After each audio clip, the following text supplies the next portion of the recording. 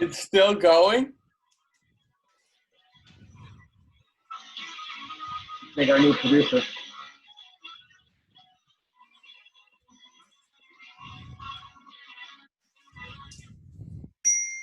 All right. Week 3 of the Blitz. We got special guest and Commissioner Salvatore Liguori. Hi, everyone. And our co-host, Dylan Perone. What's going on, everybody? My apologies. I was dealing with some technical difficulties. We want to thank Salvatore Liguori for coming on, being our, I guess, third guest on the podcast. Currently first place. He's the commissioner of the league, so the no better person I'd like to have on. Say hello to the people, Weezer. Hi, people. I'm public enemy number 1 this week. We have the black sheep in the building. We're here. Look, he's right there. You want to touch on the black sheep really quick, where that comes from? There he is. It's the black sheep symbolizes a lot. It symbolizes more that I stick out, not only in my family, but in the league. And you could see that by my points this week. Ooh. Throwing shots in the intro, and like it. Like that. Definitely like that. All right, boys. We got a long podcast, so we're going to recap the matches from week 2 and jump right in. Dill, you want to take away the first one? I think that's you, right? Okay. Looks like it's your team. You can walk us through. We talked about this last week, that it was a brother versus brother matchup. You versus Luke, always good game. I personally had Luke winning that one, but it didn't turn out to be so. So take us through what happened, where you see Luke moving forward, so where it you see starts yourself off. moving forward. Yeah, Thursday night you have we have a Nick Chubb sighting. Matter of fact, not just Nick Chubb, but Kareem Hunt also went off for over 100 yards, and Nick Chubb put up 26. Hunt put up 24. Luke, being a terrible manager, kept him on the bench. I waited on my guy to go off, and he did finally for me. My number 9th pick of overall, so I feel a little better about that now, where I could have had Josh Jacobs, but you stick it out with your guys and pull through. And then from there, I never lost the lead. So if you look at the stats, he never even came close to taking a lead. So I pretty much breezed through the weekend pretty easily here. Honestly, wasn't really too much to say here. I could have maybe chose a better flex, but other than that, I was impressed with my team. I think this is hopefully my floor. We'll see what happens if I can stay healthy here. I got a good bench too, so I'm just gonna make sure I take it 1 week at a time. And it's a long year. I know Sal's excited about 200 points. And hopefully we don't have a repeat of last year and he just falls off at the end in the final game. But I came in 3rd. Come on, Sal. I know. Fell off. Dale fell off. Dale came in 5th, and Dale really did fall off. I think Luke made the pickup of the week this week with Freeman. I think you got to give it a couple weeks, but yeah, that's a long-term situation for him. I think it's going to be a great. Miles Sanders. Miles Sanders showed up. He is a good team. I mean, his running back core is good, and I think he has to sort out who he's playing in his starting lineup. I mean, Goddard had like 30 points last week. He had 7 this week. I know Andrew's going to put up some big points each week. He had a quiet week, and I think he has big players that could potentially put up 20, 30 points. So I don't see an issue with this team. He just had a bad week. Yeah, don't expect Luke to put up 109, that's for sure. No. Obviously get Will Fuller out of the flex, and you'll be looking fine anyway. Mm-hmm. So I think that's all it comes down to. Luke's got to stop smoking and hanging out with his girlfriend and start paying attention to his lineup for 10 minutes. So he's making the waiver moves. So. Yeah, at least he's paying attention. There's some players that haven't even Edelman went off. Made a move. He's got Slayton. He's got a great bench. Seriously. Great bench. Look at all those points. Yeah, and just in general. I mean, 2 didn't have the weeks they should have, but yeah, I agree. He's going to be in the contention. There's no doubt he'll be in the playoffs. I don't see unless you just completely. Yeah, he'll be in the cusp for that 6th place. So. But I'm happy to get the win, and I don't want to spend too much time on myself. So, Dill, you want to talk about your matchup? Yeah, that's fine. We can go to it. Yeah. Just one thing I want to add on both of your teams. You don't have to go back to the screen, but strong benches for both of you. Yeah. I think Luke Liguori, he got some depth in the trade with me. I think Chris Carson's definitely helping him out, filling that RB2 spot. And yeah, he's got Kareem Hunt. He's got Julian Edelman. These are guys that he should be throwing in his flex that are going to give you, solid 12-point floor with touchdown upside. I'm not off Luke's team at all. I think he's still, he's a good manager. He's going to have a good season. And that's all I got to say. Yeah, I agree. All right, let's move on. So I guess you're not as excited about your game, even though you almost put up a comeback somehow. At least it looked like it. Yeah, man. I mean, all I could say is definitely shot myself in the foot not starting Tannehill. I had him in. It was debating back and forth throughout the week. I thought that it would be a shootout with the Packers, and I don't know, they kind of ran away with that game. I think that most of my players did what they were supposed to do, but I mean, Malcolm Brown, my RB2, he got hurt his finger. Darrell Henderson took over the game. And Julio Jones, my wide receiver 1, put up 4 points, 2 catches. You can't win a game like that. Your wide receiver 1 puts up 4 points. Your RB2 puts up 4 points. They don't even combine for 10 points. Can't win a game like that, plain and simple. I'm not off my team. I think that's an anomaly. I don't think we're going to see that again. Julio Jones had a really bad drop. We were actually watching it at Sal's house. Yeah. He had a really bad drop for probably about 60-yard touchdown, which I've never seen him drop before. If he catches that ball, that right there is probably like a 12-point play. Not saying I should have won, but yeah, little things like that. Yeah, Malcolm Brown, if he's hurt, I'm gonna have to make some waiver moves this weekend. Not, for finding an RB2 because I was big on Brown. I still think he's the best back in LA now, but like you said, yeah, injuries. I think injuries is a big story about this entire week. We saw a bunch of players go down: running backs, receivers, quarterbacks. Yeah, man. And then Joey's team. He outplayed me this week. Everybody really did what they were supposed to do. Yeah, I got no production out of Julio, but he got no production out of Devonta Adams, so it was kind of a wash. And he kind of just beat me everywhere else. Mahomes, he's going to have that quarterback matchup versus pretty much anybody. Not many quarterbacks are going to outscore Mahomes on a consistent basis each week, so that's pretty much a lock for 30 points. Metcalf, I think he's a great receiver this season. Russell Wilson's been playing at an all-time elite level. He has like 10 incomplete passes and 9 touchdowns or something, which is absolutely unbelievable. So Metcalf's his guy. We know that. Montgomery, you saw him get hurt, come back to the Giants game. He's a beast. I have him in another league. He's a lot better than he was last season already. He seems to be the workhorse in Chicago. They seem to be rolling, playing a lot better. And I think that he struck gold with Jonathan Taylor. I think he got a little bit lucky by the fact that Marlon Mack was out for the season week 1. But if you watch that game versus the Vikings, Taylor had like 20 plus touches. They were feeding him the rock, catching passes, 100 yards rushing. He's a rookie. It's only his second game. So, yeah, Joey's got a good team. He's got a good bench too. I think Joey's got a good team. And I think 138 is actually, not even that great for Joey. If Devonta Adams does what he's supposed to do, Joey puts up 150, 160 this week. I like Joey's team a lot. Yeah, I like to see that he finally plugged in Brown. I think that's big for him in a flex position. Montgomery surprised me in his points, but he can put up those type of weeks. I just don't know if he's going to get the consistency with his running backs. Other than that, he does obviously have a solid team. That being said, on your side, I think Darren Waller was one of the reasons why you almost had a comeback. Is that correct? He put up some big numbers last night. Yeah, he's a top 3 tight end. He had 1,000 yards last year, 92 catches. I was big on him coming into the draft. I love Waller a lot. He's look at that production. Yeah, he's a staple on my team. 16 targets as a tight end. I mean, come on, that's 12 actual catches. Yeah. I'm pissed you got him because I think you were right before me and you took him. Yeah, and then you ended up taking Ingram. I mean, you sounds like you found a tight end that you could play anyways. We'll talk to that when you get to your matchup, but yeah. And then it just comes down to like those, like Jones and Malcolm Brown just not performing. That's really it. And then surprisingly, Tannehill. I think Tannehill he's just a very safe player. They'll give you that. Yeah. Yeah, I think he's set for 2-3 touchdowns a game. They're one of those teams that he's not going to. Yeah, he's not going to give me 400 yards, but I think he's 250 yards and 2-3 touchdown guy every week.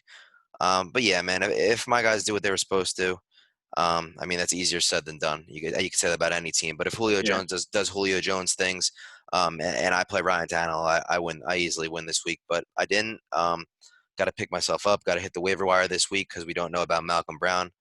We saw him Yeah. score 2 touchdowns against the Cowboys, but he got hurt this week. But so did a lot of people's, and we'll see what happens. I'm not off my team. They have a three-headed backfield actually. They still have Cam Akers and Henderson. Yeah, Akers got hurt, Brown got hurt, then Henderson took over. You never know. I mean, the last thing is you really just need to fulfill your depth, which is what you're talking about, the waiver wire after the trades. Yeah, I'm definitely gonna have to. N'Keal Harry actually looked pretty good. If you can click on him real quick. I like N'Keal Harry. Yeah. Yeah, I think he had probably 12 targets, something. Yeah, 12 targets which is pretty big. Him and Edelman actually had the same amount of targets. Edelman goes down. I mean, that's even. Yeah, him and Edelman had the same amount of targets. Edelman obviously produced more, but just so you know the way that Cam's looking, Cam Newton looked great. Whoever watched that Seattle game, he's going to throw the ball a lot more. I think the receivers are going to do better with him than did with Brady.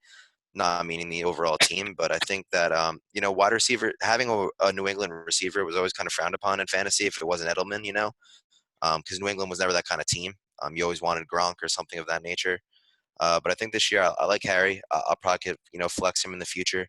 He saw 12 targets. It's always great. And you want to touch on your handcuff real quick on Dalvin Cook? I know you were trying to get him earlier. So yeah, we could talk about that with Junior. When he comes up. But long story short, Junior drafted my handcuff and didn't draft his own handcuff. So now, if Dalvin Cook goes down, I'm definitely going to be needing that handcuff. And Junior lost Christian McCaffrey this week, but he didn't have his own handcuff. He has mine, so now he has no running back. So he's going to be spending a lot of fat budget on Davis or whoever it is he'd like to pick up. So, it's funny. Pick your handcuffs. People think they're a waste in the draft, but they're not. Saquon Barkley went down. Christian McCaffrey went down. Those are 2 first-round picks right there. A lot of people, I have some of those guys in other leagues. They'll be kicking themselves. It was literally D-Day for NFL. There was 30 injuries. I think not having a preseason and a small training session before the season, we're going to see a lot more injuries this year. Yeah. Just the beginning. Yeah, definitely. Especially on the turf. All right, so that brings us to your matchup against good old Junior. I hear he's not the best Mafia player nor the best fantasy manager, so if you want to help us out with that. Well. First, I'd like to say, how about them Cowboys? Go down 20 points, 4 turnovers, bring back the game, recover an onside kick, make the game-winning field goal with the seconds going down. It was unbelievable. I think Zeke started off the game with Zeke started off the game with a fumble in the first 10 minutes after I think Dak fumbled first. It was 4 turnovers in a 10-minute span. It was Zach, it was Zeke, it was Schultz, and then I think Dak again. It was 4 in a row. Zeke had 2 points going into the half. And he just killed it. I mean, he had 6 receptions, a rushing touchdown. I think there was one that was called a touchdown and was called back. It was unbelievable. And that was one of my least productive people of the week. Aaron Jones had 2 rushing touchdowns, 68 receiving yards, and 168 rushing yards. I'm pretty sure that 220 is the most points put up in this league's history.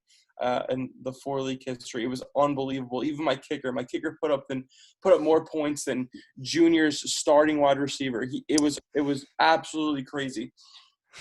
Ridley, 30 points. He had 2 receiving touchdowns. I think they targeted him 2 more times in the end zone.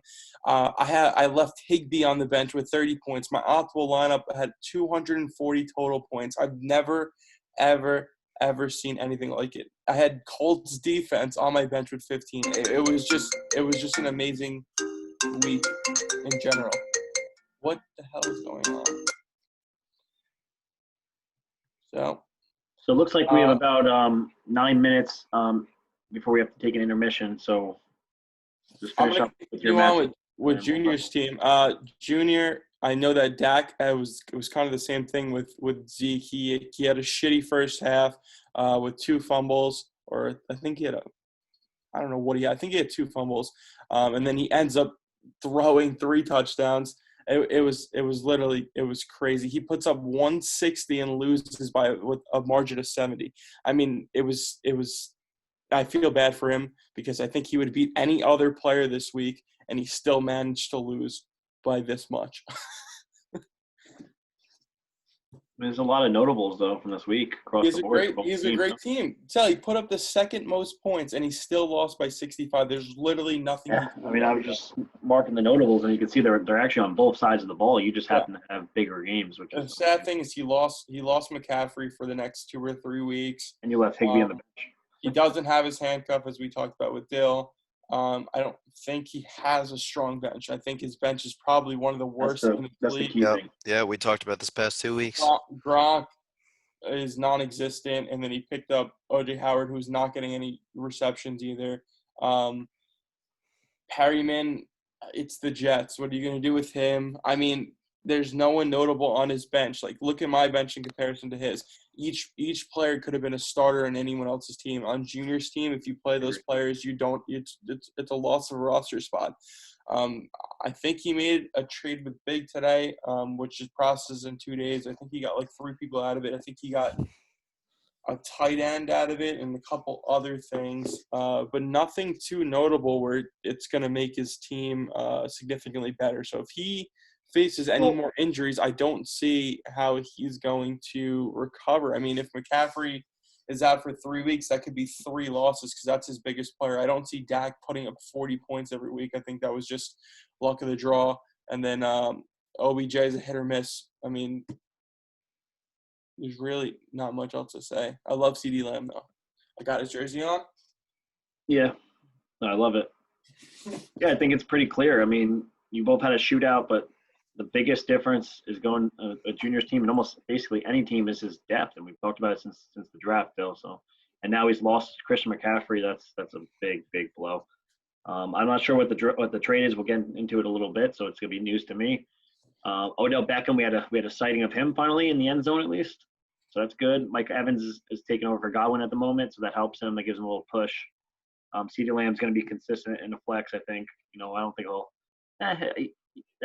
probably keep around 15 points, but I think he'll have he'll have one of those big games at some point. I think he's seeing more action than even Gallup at this point. I mean, yeah, he's number 2. He's been like a wide receiver 2 for he's even had more. I don't. How many did Cooper put up this week? I don't think he had. A little more, maybe, or close, roughly. I don't think he had the best of weeks either. I mean, CD's seeing a lot of. I have it here, so I'll just look it up. Cooper put up 16, so almost the same. So I think CD's seeing a lot of receptions, and I think as they trust him more and more, he's going to see a lot more balls. I think Cooper and him. I mean, the receiving core is amazing. We have such a good. We have the best running back. They have the same targets right now without McCaffrey, top 3, and then you have Dak. I mean, I can't see him not putting up 15 points a week. So yeah, I mean, I think they're going to share targets for sure. Cooper may see more throughout the year, but that's the only issue is that he has so many targets to go to. Yeah. Gallup is going to be that kind of when we need to get down the field guy. I mean, that's just what he does. He's a big play guy. How he's been. But he'll get his couple touches as well. Yeah. Junior, you got to stop picking up waiver guys and then offering to trade them the week later. That ain't gonna help. No one's falling for that. I'm not even sure how you got a trade done. Who was it with, Joey? I think it was with Big. Yeah, I don't know how Junior gets any trades done, but I'm interested to look at it after this. We do have 5 minutes before intermission.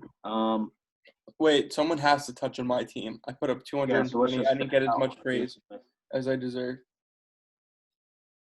I mean, there's literally players all over the place here that we could look at. You could circle. I'll look at Robert Woods' first week. Yeah, he had a good first week. That's right, against the Cowboys. I think they have a good receiving core throughout the board. I don't think people realize how deep the Rams receiving core is. I know it doesn't really seem it, but I think it's going to fluctuate with targets between all of them.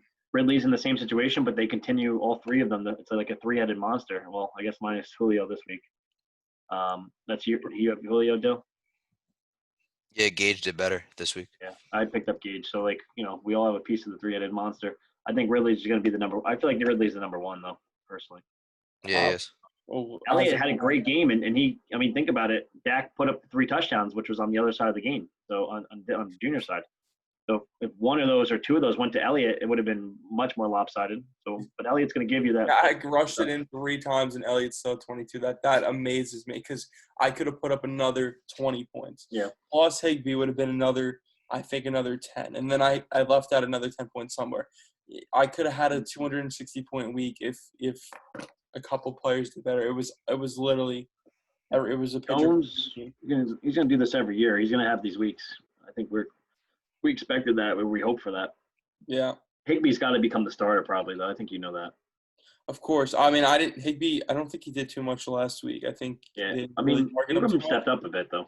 He had a much better week. The issue with Ingram is that the Giants don't really have the ball too much on offense, at least that last game. I mean, they were turning it over so much, and I think the Bears had most of the possession. So, I mean, Ingram's not getting targets. I mean, they're struggling.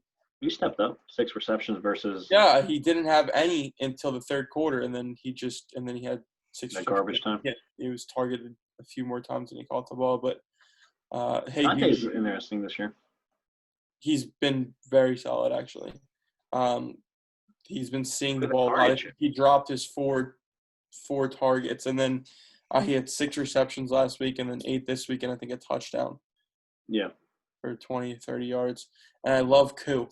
17 points. That's unbelievable. Yeah, that's wild. I mean, dude, you could even end up putting both tight ends in. I don't think we talked about that. Galladay's on my IR, my receiver one.